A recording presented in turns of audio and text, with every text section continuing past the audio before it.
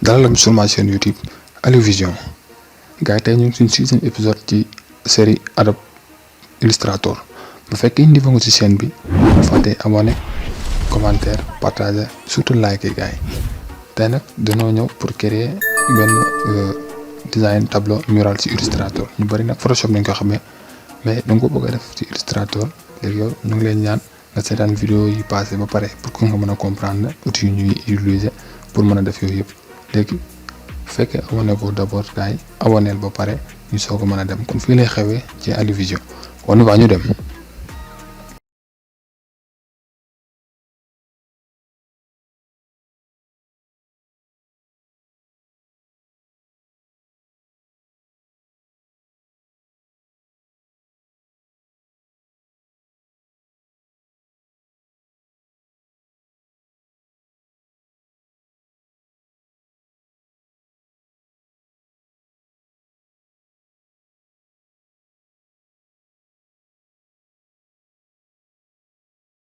rek dem ubbi Illustrator voilà léegi dañuy dem ubbi Illustrator ubbi nañ Illustrator programme nañ suñu plan de kii boog plan de travail moo nekk nii léegi plan de travail bi nii ñun tay YouTube nañ teg rek voilà montre jusqu'où dañ koy defaree léegi dañuy ba suñu raccourci M muy sélectionné ñu li nga xam ne mooy rectangle dañoo tracé voilà dañoo tracé suñu rectangle voilà fond bi noir blanc la il faut ñu def ko noir pour ñu mën a gis voilà ñu koy sélectionné ba pare ñëw def cliquer noir voilà nekk na noir def ñu wàññi ko tuuti parce que day xaw a yaatu de trop yokkaat tuuti voilà léegi ñu am ba léegi encore tracé waat rectangle voilà tracé près ñu def V boo ko pousse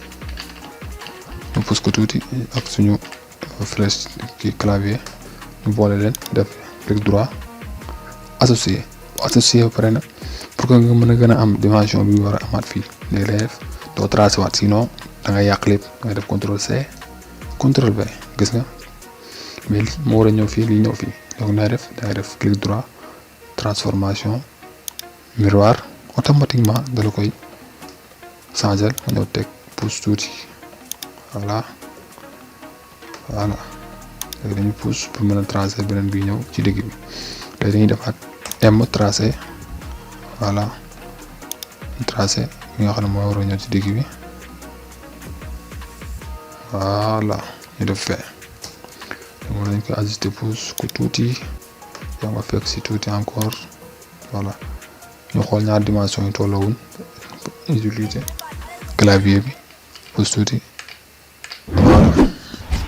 boo xool fii am nañ suñu mais boo xool 3 parties la ñu affiché calcul bi fii gis nga 3 objets lañ am fii léegi 3 objets yi mënuñu see créer cratage ci li nga xam ne mooy Illustrator mënul ne pour nga créer ko da ngay def c'est simple ngay defaat comme ni nga defoon fee rek gis nga def clic droit associé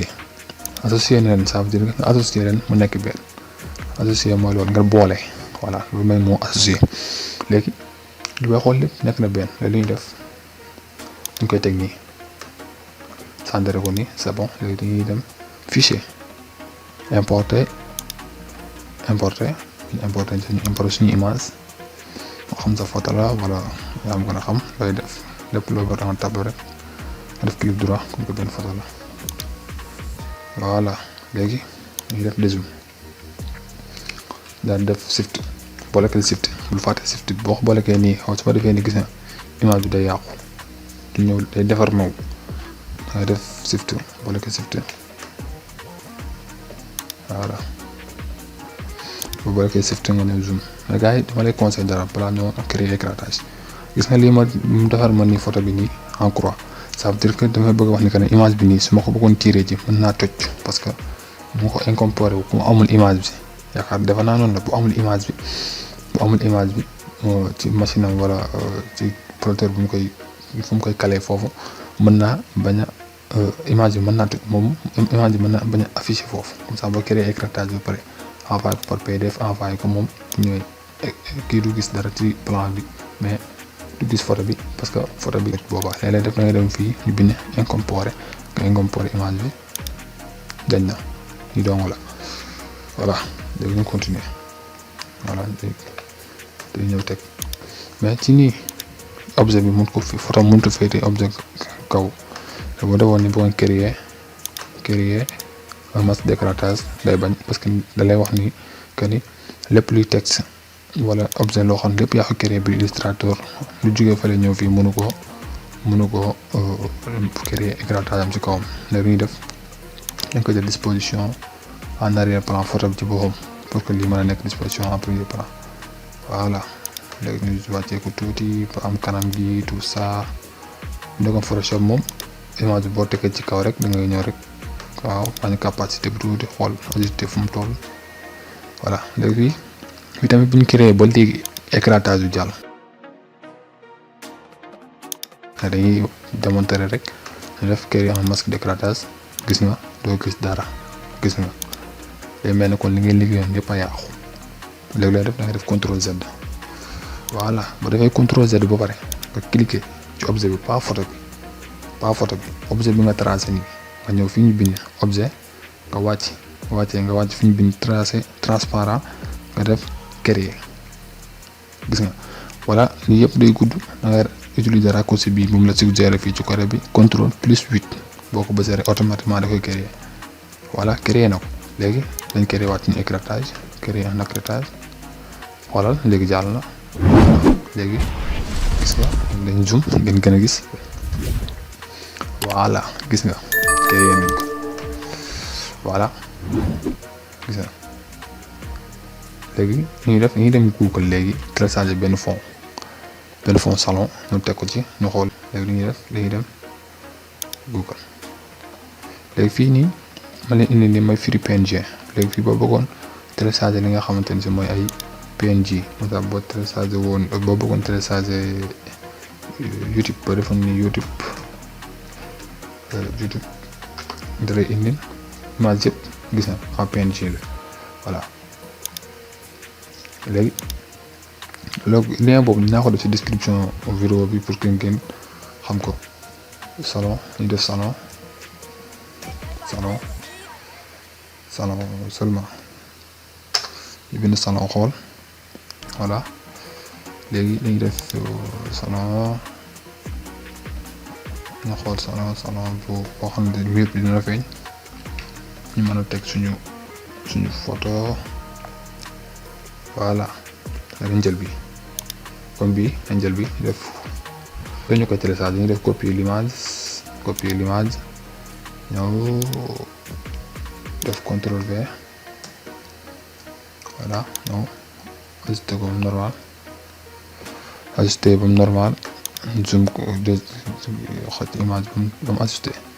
nga jël ko def ko disposition en arrière-plan voilà léegi moom dañ koy côté pour que mu bañ a déplacé wu dañuy jël image bi def shift bul fàtte shift sinon day yàqu de li nga liggéey yëpp ay débordé